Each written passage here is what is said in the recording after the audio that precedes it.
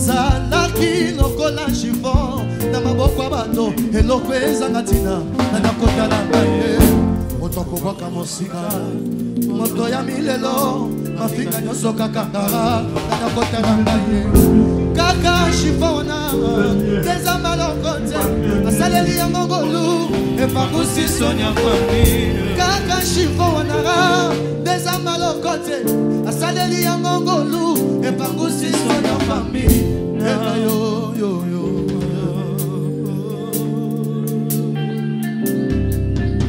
Yenga nazalaki lokola chiffon na maboko bato eloko ezanga tina bakomaya kotoyo longo na nzela frère nana yebi quartier nanga nana yebi kombo nanga nana kotala nga na miso ya mawa nazalite nana kotala na kombo nana kopesa nga mbote nana kotala nga na kombo. Shalom, shalom les amoureux de Nounou Senga TV, shalom et bonne année à tous. Les lots toye les sous comme mesano toye na les solo oyo toye na témoignage oya makasi bison toye bi soki moto awuti libanda azalaki na ngambo azalaki na libanda ya Satan mais akoti kati na Christ toyebi esengo nini ezalaka na likolo pe likolo tina se bato nyonso basepeli bandeko tozobeta lelo témoignage ya notre frère oyo babengi azali ex Juju mais kombo na ye frère Junior toye kopesa témoignage oyo tolanda bandeko na nga témoignage oyo ezali penza ya makasi ya munene bandeko na ngai komona mwana mobali ko changer ko se transformer bandeko biso soyi biso na mwana no mobali a se transformer akoma na position musa akoma na nini na titre mususu biso no binde nini esalaka pasi na mitema bandeko ndeko na biso Juju biso no toyebi masolo toyebi vini na zalaki nango melelo ndeko Juju oto bengi Juju oya komi Junior. Et Dieu m'a dit qu'il va lui donner l'enfant. Dieu lui avait dit que je vais lui donner l'enfant. Et cette maman, elle était la deuxième femme. Tu peux saluer les voisins. Tu vois cette maman-là, elle était une deuxième femme. Alléluia. Amen. Tu peux bouger celui qui est à tes côtés. Tu vois, est-ce que tu es présent? Est-ce que tu es présent? Alléluia. Amen. Est-ce qu'il est présent ou bien absent? Elle était une deuxième femme. Qu'est-ce qui est arrivé? La première femme avait eu 3 enfants qui étaient des filles.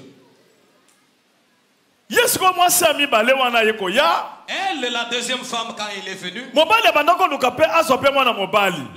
avait besoin aussi du garçon. On a mis au monde un garçon. Alléluia. Amen. Bien aimé, ce que je vous dis ici, c'est une histoire vraie. La première femme est tombée jalouse. En complicité maintenant avec la tante maternelle du garçon qui venait de naître. Comme l'homme aimait maintenant le garçon là, il le chérissait. Alléluia. Amen. On est allé laver le garçon. On a pris de l'eau. L'eau qu'on avait lavée. On a pris cette eau-là avec un peu de cheveux sur la tête. On a amené ces histoires sur la tombe. Alléluia. Amen. On l'a amené au tombeau d'une pute qui est cette pute-là avait beaucoup de succès il y a longtemps. Alléluia. Amen. On avait pris cette eau là-bas dans une petite bouteille. On est allé mettre dans le tombeau. On a pris l'esprit de cette femme et on a mis sur les garçons. Alléluia. Amen. Photo ya mwana wana tango asa bébé On peut nous montrer la photo de ce garçon-là. Quand il était encore bébé. Avec son papa, il est encore bébé. Papa Yewana. Papa, il est là.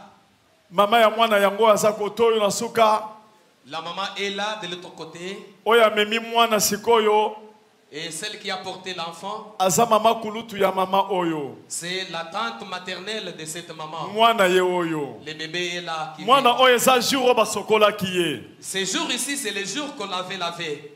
Sokola kiye jour bazwa kimayi na ye. On l'avait lavé et pris, on a pris cette eau-là. Wana ezali solo ba prière to sambeli. Là, c'est à partir de la prière. Oyo nde papa na ye. C'est lui là le papa. Amen. Amen. Ça fait maintenant 40 ans. Photo est à 40 ans. Cette photo ici, il y a maintenant 40 ans. Et ça dans l'Isala. Ça s'est passé à l'Isala. Dans l'Équateur. À l'Équateur. Alléluia. Amen. Salut les voisins. Bougez. Bouge les voisins. C'est l'anda témoignage ou bien. Suis attentivement les témoignages. Bougez bien. Est-ce que tu peux bien bouger? L'anda témoignage ou bien. Suis attentivement les témoignages. Alléluia. Amen. Qu'est-ce qui est arrivé? On a pris l'esprit de la femme là. On a mis maintenant dans la vie du garçon. Le garçon est devenu comme une femme. Le garçon est devenu comme une femme. À 5 ans. Lui qui était à 5 ans, il cherchait les garçons. Il cherchait que les garçons deviennent aussi. Cet esprit-là a commencé à travailler. Garçon a souffert. Le garçon a beaucoup souffert. Il a grandi comme ça. Il a grandi comme ça tout en étant comme une femme. Il est allé même à l'étranger. Il était toujours là comme une femme. Il y avait d'autres hommes aussi qui les prenaient comme étant sa femme. Et Dieu a fait grâce. Il a rencontré Walesa à partir de l'église de Walesa à Paris. 2 semaines. On l'a arrêté depuis 2 semaines. Alléluia. Amen. 2 semaines à Kobota Mabakangi. À 2 semaines de la naissance, il a été possédé directement. Alléluia. Amen. On peut montrer maintenant ces images. Pas photo na ye. Yewana. Alléluia. Yewana. Moi aussi, tu le machikaji. Alléluia. Yewana. Nazozipa. Yewana. Bomoniye. Ayo qu'on soit délivrance à Paris. Il a eu la délivrance à Paris. À quoi une église a volé ses actes dans centre de réveil? Il est tombé au centre de réveil spirituel Paris. A eu décision. Et il a pris la décision. Et l'on connaît les kanga qui est. Qu'est-ce qu'il avait possédé? Parce que il était de Dieu. Et l'autre chose que c'est ensemble. Écoutez, s'il y a la semence. Attends la dernière minute. Même à la dernière minute. Dieu va aller toujours chercher. Est-ce qu'on peut être à Vous pouvez acclamer fortement.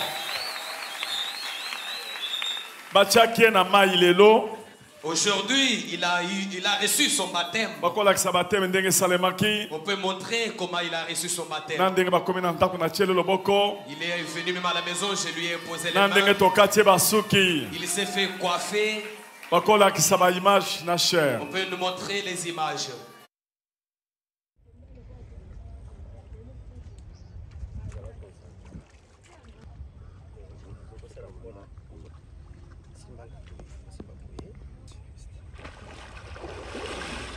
Waouh!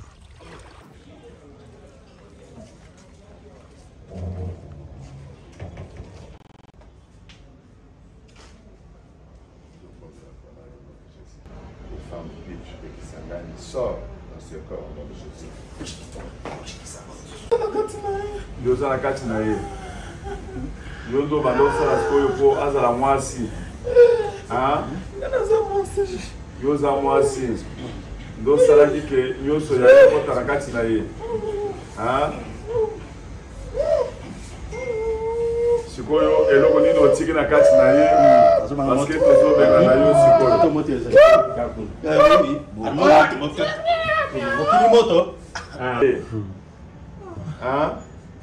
Obanda kosala pe kisi tango ozalaki vivante.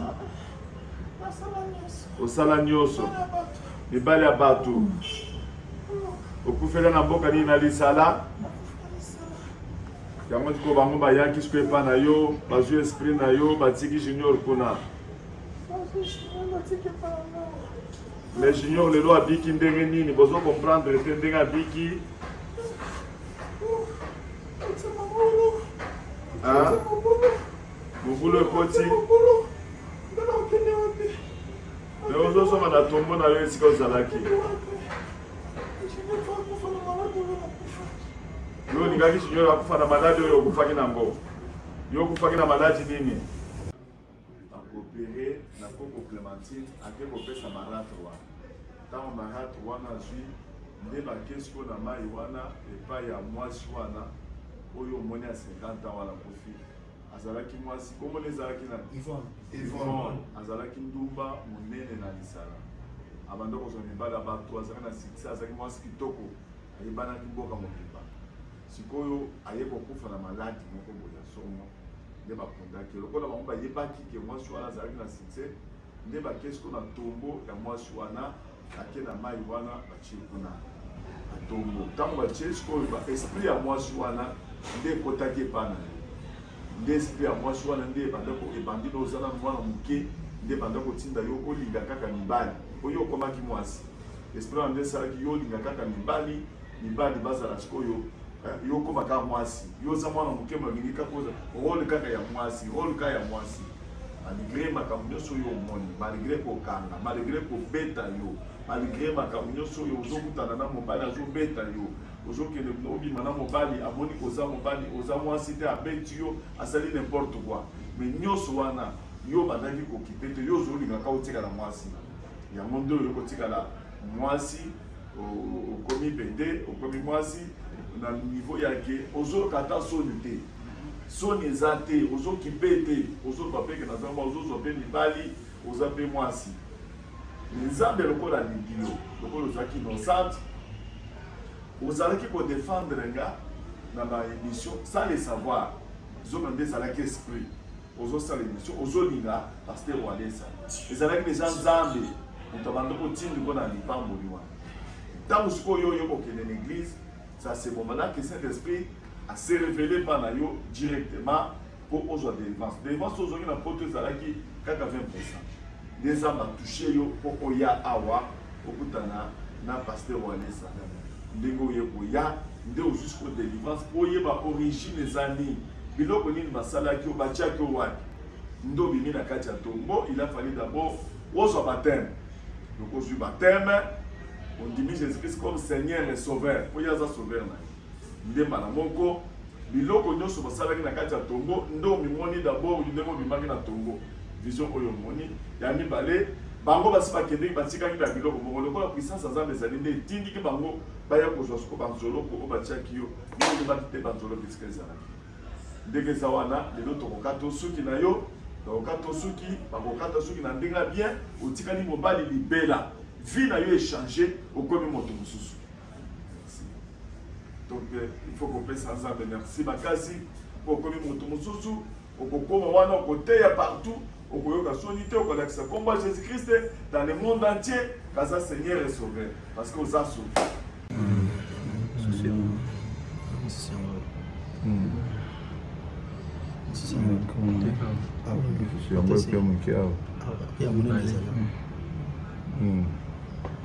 Yo yeba kesika utate. Moi so na ndia yetu kwa asu. Ndele kwa imana mtomo isi. Moi so na yeko azozo. Papa wana ndazo c'est que soit bloco ngoni fo. Que la bossa ni se bloco papa maman a 150 ans. Maman polo. Kongai siko na zopa na kwa kizini na vandi na se. Comme tu as dit que tel bateau qui est le sable quoi qui m'a envoyé qui a zongi sous ça qui n'a pas comme dans tika kinzo moi je suis allé au biete na biloko basali ozana na 2 semaines ozaki nosa oyebaki le côté alors la nene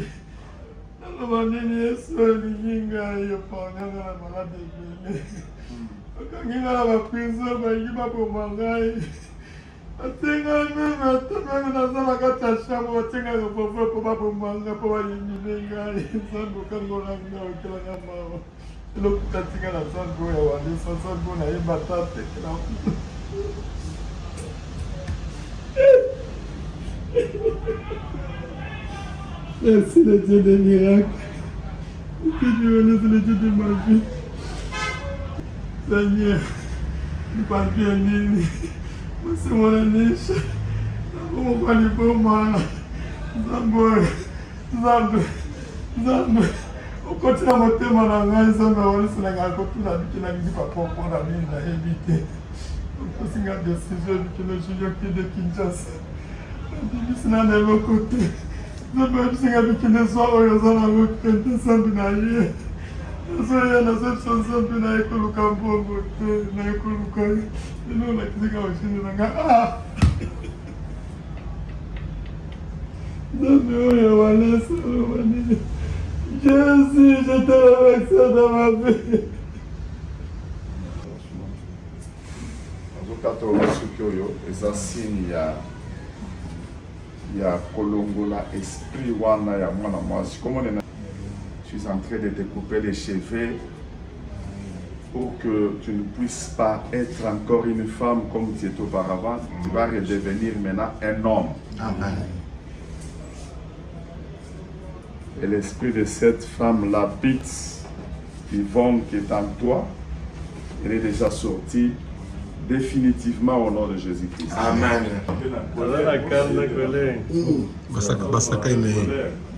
Quel esprit ça? Charisme.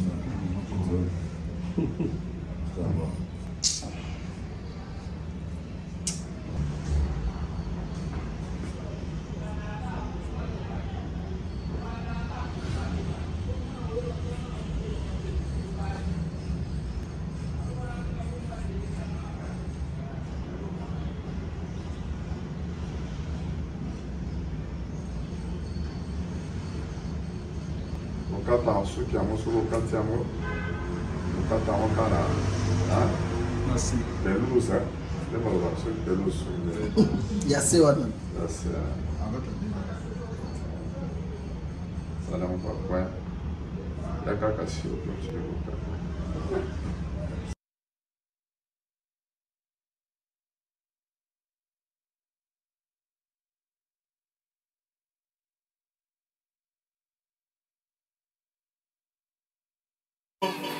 Il peut maintenant passer ici devant. Auti na Porto, auti na France. Il est venu de la France.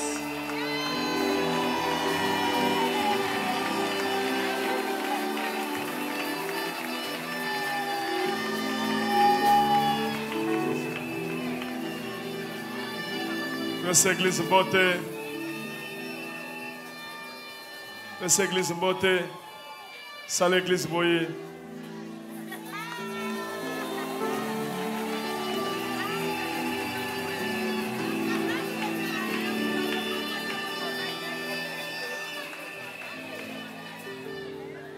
Amen. Amen. Zelanano. Azana témoignage mon nene. Il a vraiment un grand témoignage. Ma copine sana no témoignage. Ya mobali moko akende kabi mana mobali moko ezana Uganda na Goma. Ye mobali wana kanisa ki yaza mwasi. Tango bakie place na bango wana. Mobala atala boye mobali. Ba bete mututu. Il va d'abord nous relater son histoire parce que son témoignage est grand. Mais la première des choses, il va nous relater comment il était courtisé à Goma par un homme. Un homme avait pensé qu'il était effectivement une femme. Mais lorsqu'ils se sont rendus dans leur lieu là-bas, l'homme avait constaté que lui aussi était un homme. Il a eu vraiment des frappes. 2 minutes, 3 minutes, kaka, obeti histoire wana ndenge zalaki. Boba histoire wana l'équipe à la mokote mais l'équipe à lebele. Mais papa, ils ont là. Donc, tu as 2 minutes. Je sais que tu as 2 minutes, tu as le bel. Mais au lobby, quand tu as témoignage, dimanche, donc, au salam Kamousous. Alléluia, Bananzambe. Amen. En tout cas, quand papa Zoloba, ngamo na za victime nango, na ba makambo oyo komelanga na vie. En tout cas, je suis victime de ce que papa est en train de dire et j'ai vécu beaucoup de choses dans la vie. Mais Dieu m'aimait beaucoup, il me gardait toujours en vie pour qu'aujourd'hui je puisse témoigner au milieu de vous. En 2007, c'était en 2007. Il y avait un homme qui était major de l'armée rwandaise. Il m'a aimé dans une boîte.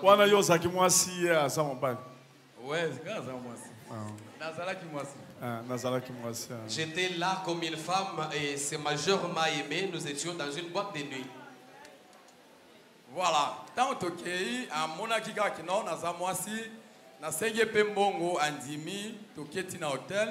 Donc il est tombé amoureux de moi, il m'a amené à l'hôtel, bon je lui ai demandé l'argent. Lui avait cru seulement que j'étais une femme. Quand il a touché sur ma poitrine, il n'a pas senti le sein, directement il s'est fâché contre moi. Il a sorti son arme. Il a dit, je vais maintenant te tirer maintenant. Parce que tu m'as trompé.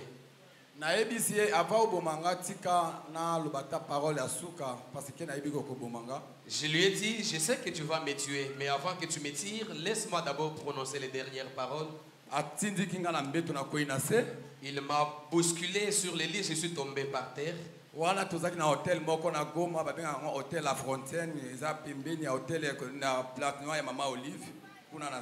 c'était à Goma, dans l'hôtel qu'on appelait l'hôtel La Fontaine. Quand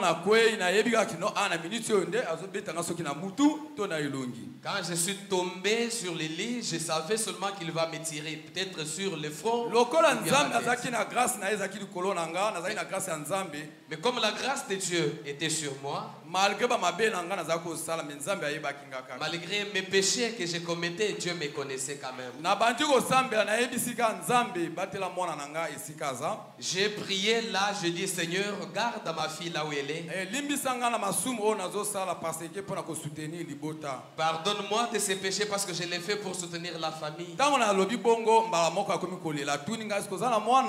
j'ai dit ça, les militaires s'est mis à pleurer. Il m'a posé la question, tu as un enfant? Je lui ai dit oui, j'ai l'enfant. Il m'a donné une tige de cigarette. Il a commencé à fumer la cigarette en train de verser les larmes. Il m'a dit, porte tes habits, va-t'en.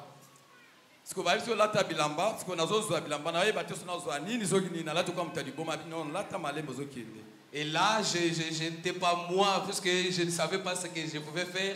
Il m'a calmé de porter les habits calmement.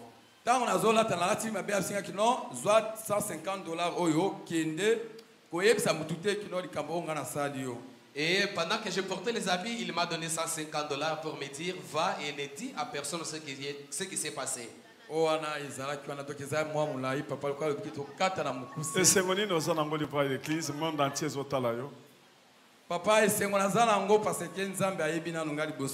Je suis vraiment dans la joie parce que Dieu me connaît d'abord. En plus,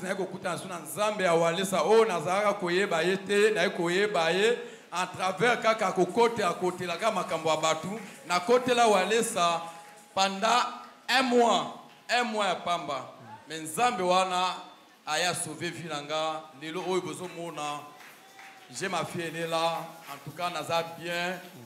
Donc, je suis vraiment reconnaissant vis-à-vis de ce Dieu de Walesa parce que je ne connaissais pas ce Dieu de Walesa. Mais il s'est fait qu'il y a eu une période où je m'étais ingéré dans les affaires d'autrui et là c'était une affaire qui était contre Papa Walesa. Moi je me mettais à défendre Papa Walesa. Pourtant c'est son Dieu qui avait un plan envers moi et aujourd'hui il m'a sauvé, je suis délivré et je vois ma fille qui est là présente. Milimo akindumba ebanda kolongwa tango na bandi koyebisa papa kotela papa Walesa na Paris. Nazo kotela ata ba fingi nga internet mo ba contre nga mais nga na lobi quand même aza musala nzambe. Peu importe la situation, c'est vrai que j'étais animé par l'esprit d'impudicité, mais lorsqu'il y avait maintenant tout ce qui s'est passé sur les réseaux sociaux, pendant qu'on critiquait le pasteur Walesa sur les réseaux sociaux, malgré mes péchés, moi je prenais sa défense pour dire non. Malgré tout ce qui se passe là-bas, c'est un serviteur de Dieu, je devais toujours prendre sa position. Bon, moi, Nanga, Aza Awa. Azawa Piakoya. Tu peux venir ici, l'enfant. Azan à quel âge? Azan à 18 ans. 18 ans. J'ai une fille de 18 ans maintenant.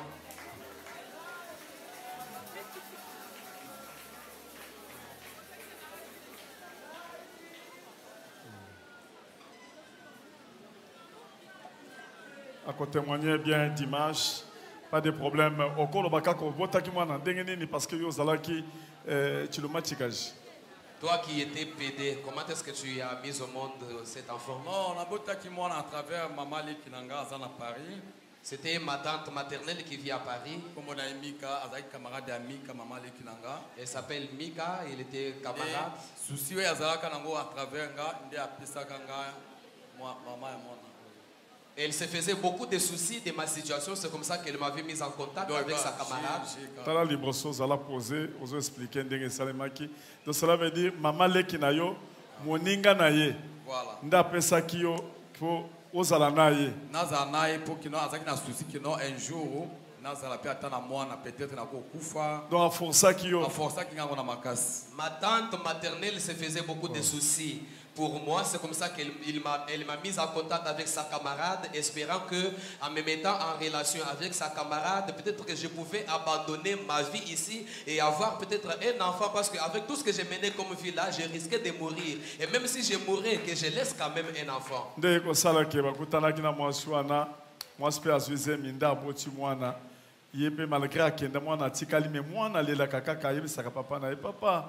Papa, moi, Azarna Lubumbashi, ya futele biya uchoya, ça fait 3 jours. Daya kina mwana na esengo. Alingi mwana ne makasi.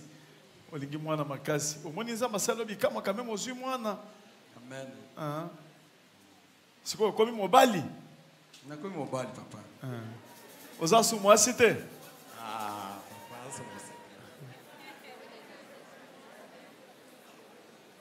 mwana ozana esengo. Oza esengo makasi. Ozaki na souci makasi pour na papa. Oui, je pleurais tout le temps, je priais. Tu pleurais tout le temps. Bandoro bandenge nini papa nanga zaboye. Non, je n'arrêtais pas de prier, je priais. On a gêné pendant une semaine à l'église, on priait vraiment et puis un jour comme ça on m'a appelé, on m'a dit que non, on va regarder ce que ton père a fait. Il est en train de témoigner. Et puis j'ai regardé, j'ai commencé à pleurer directement. J'ai dit merci Seigneur, tu as réalisé mes prières.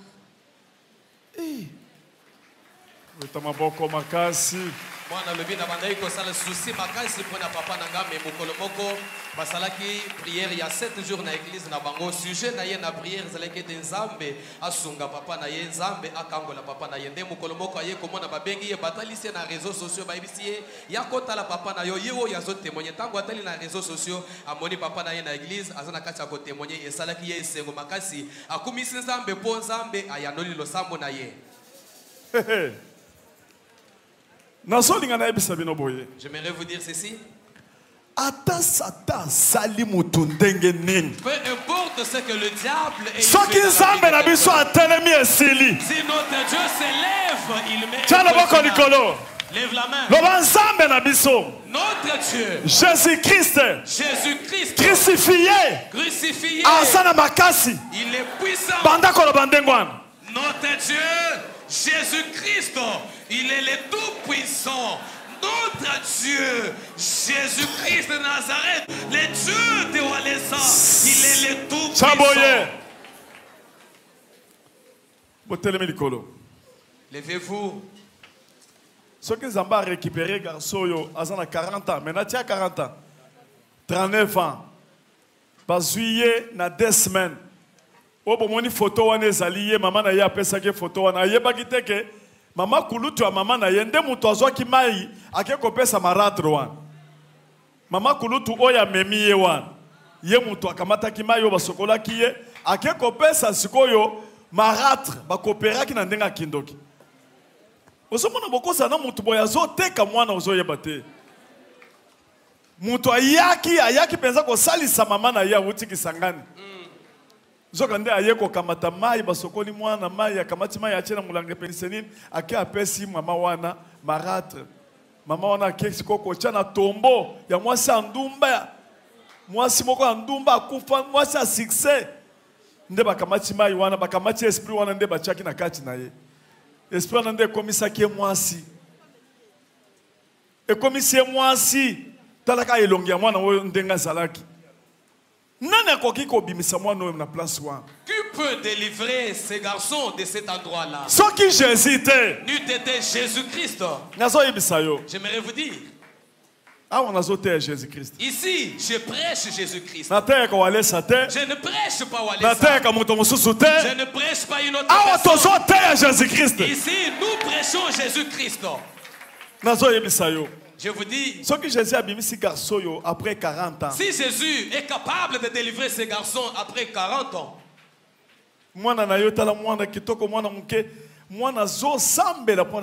sa fille est là, une jeune fille, mais qui se fait des soucis. Elle priait pour son père. Bien-aimé, tu peux lever la main. Satan. Ça de ton œuvre, même si tu as traîné, même si tu as duré, même si tu as travaillé, long de ta mission, au nom de Jésus, au nom de Jésus, au nom de Jésus, toi Satan, aujourd'hui, maladie, au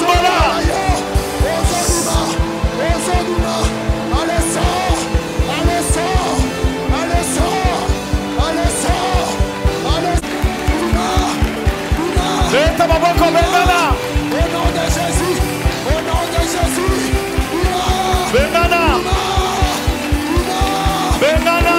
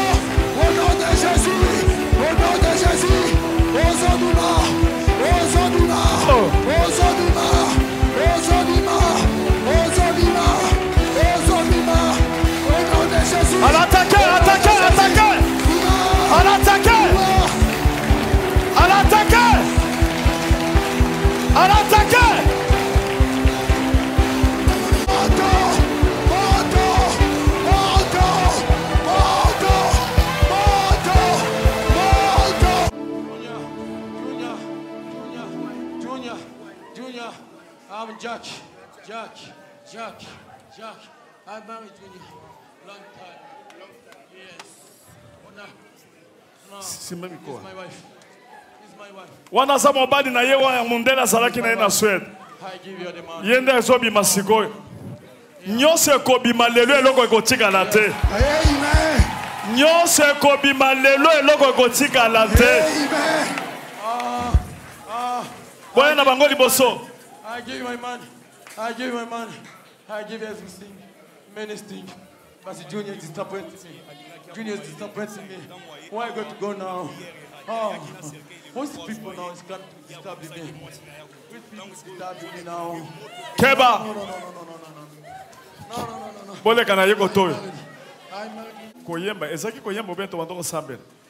Tanto bandoko sambela ndeko oyo ezaka nzambe mutu asali. Alongo abandiko baluka boye ayeko komati awa amibeti awa kena mutu akweya akwe ili mutu na simao zoka nde molimo ya mabe ya mobali na mundele wana mobali mundele wana balaki na mbongo c'est pas le biga balaki physiquement et spirituellement abalaki na mbongo pesa nga $10,000 Yomoko mileli mbongo wana. Ouais, D'autres wana yomoko babali yo. Faut pas mentir. Interprète ça wapi. Makambo minene boyi. Yako yoka nanu makambo. Makambo ezane chikarashika neti ya solo, neti batu bazore fe ba mama bazota na kamboyi. Ba baby, yimbalo mbachabule lanyi, ngamuchanda nyi. Alors qu'on est en train de prier ici, le Saint-Esprit a saisi notre monsieur ici et les démons ont commencé à s'agiter. Il a failli maintenant tomber directement là-bas avec la tête, mais heureusement on l'a récupéré. Et là on a découvert que c'est l'esprit de l'homme blanc là qu'il avait épousé, parce qu'il a déclaré qu'il l'a épousé aussi bien physiquement que spirituellement. C'est-à-dire physiquement avec tous les biens qu'il lui avait donnés. Il vient de déclarer qu'il lui avait donné $10 000 avec tous les autres biens et les meubles de la maison. C'était comme la dot. Et lui-même a consommé sa propre dot. Qu'est-ce que tu as vu pendant que tu étais couché là-bas?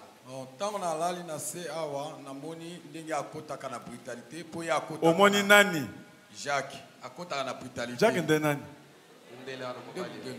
Bon biso to yebi olobi ka ke na moni mundele wana mobali wa ya salaki mobali nanga wa nde ba explica bandela.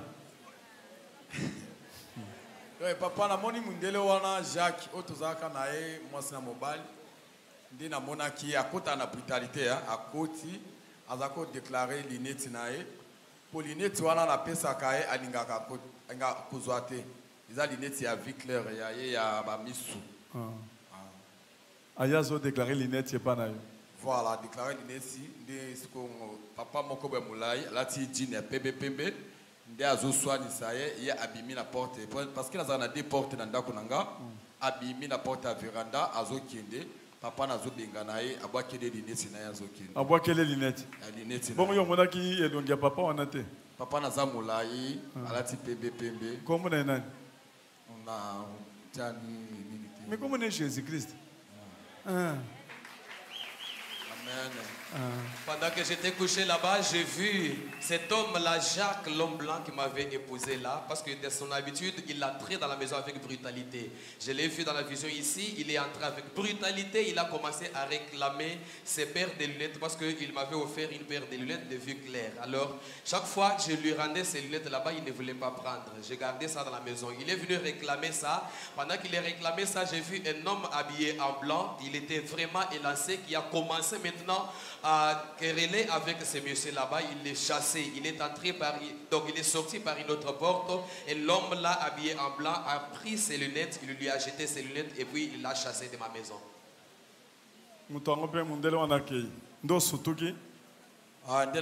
Papa. On sait le scandale là, mais c'est un scandale. Donc, tu t'es projeté là-bas. Tu allais cogner la tête. Papa, il y a une brutalité. Donc, il y a ce qui a eu. Parce qu'il y a des gens qui ont ganga wana ndike na banga. Vous savez combien de boules ensemble moi c'est un mobile. Vous savez 3 ans de 4 ans. Donc depuis Abalakio 2020. Abalakio. Abalaka donc ngana ikaka. Après son bon combien? 10 000 papa. Pesa nga 10 000. D'autres. Ngana yebite. Pesa nga 10 000. Il m'a donné juste $10 000.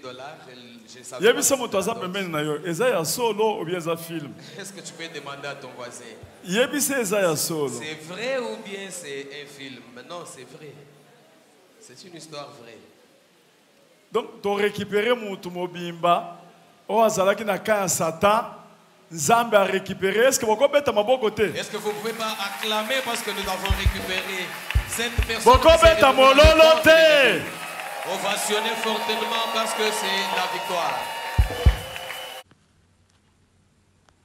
Oyo wapi tomoni via sika bandeko kozala kati na Yesu ezalaka gu bandeko toli kaka to beta seti de place moko kotala nanu ndenge nini oyo vi ya juju ya kokoma na modele oyo akomaki nango bandeko na ngai kaka tobenga ngo na bitika bana na komemisa bana bandeko juju azalaki innocent oyo lelo komi na vine je sais bato toko bamba mabanga to kokolo babwendeni azalaki nango mais source nango origine ya problème nango kaka nzambe nda yebaki bandeko lelo totala origine oyo ebimi pourquoi Juju alengaki akoma na modèle oyo ya basi akomaki na modèle wana identité wana oyo alataki ya sika pourquoi tomoni source nango bandeko toyoka témoignage oyo esali pasi na motema bandeko mwana moke na age ya 2 semaines mwana 2 semaines kaka uti kobotama mais koko na bango tomona koko na ye moko bandeko mama kolutu ya mama na ye aye kosokola mwana bandeko tolanda témoignage eza pasi aye kosokola mwana me mai wana akenango mai wana pesi marete akenango na kubwaka ngo na cimetière oyo wapi mwasi andumba mwasi moko azalaka ndumba kala azalaka ndumba kala kufa bake kubwaka mai basokola ki Juju wana totala nini ekomi na ki Juju oyo eki kokota bespie kote kati na Juju bandeko totala témoignage oyo pe totala ndenge ni Juju abotami ya sika balobi nouvelle naissance abotami ya sika abotami ayambi Yesu comme son Seigneur et Sauveur puis azui baptême bandeko na ngai badenga rango o na bangle balobaka newborn are born again bandeko nanga tolanda témoignage esali passe esali mawa bandeko tomona ndenge ni Juju azongi pena mobali o tobenga Junior bandeko totala vidéo oyo n'oublie pas de s'abonner si votre chaîne Nounou Senga TV votre servante de l'Éternel alléluia. Amen. To continue to la. Kaka mutu ango ndenga zalaki. Regarde seulement comme il était là. Nandenga komi lelo. Et comme il est devenu aujourd'hui. Et puis azo sambela makasi. Et puis je l'ai vu, il prie beaucoup. Zamaza na bikamwa. En tout cas Dieu opère des miracles. Est-ce que quand tu n'as pas mon tempère ça peut bien lelo o récupérer nini na Est-ce que tu peux poser kaya la mungona. question?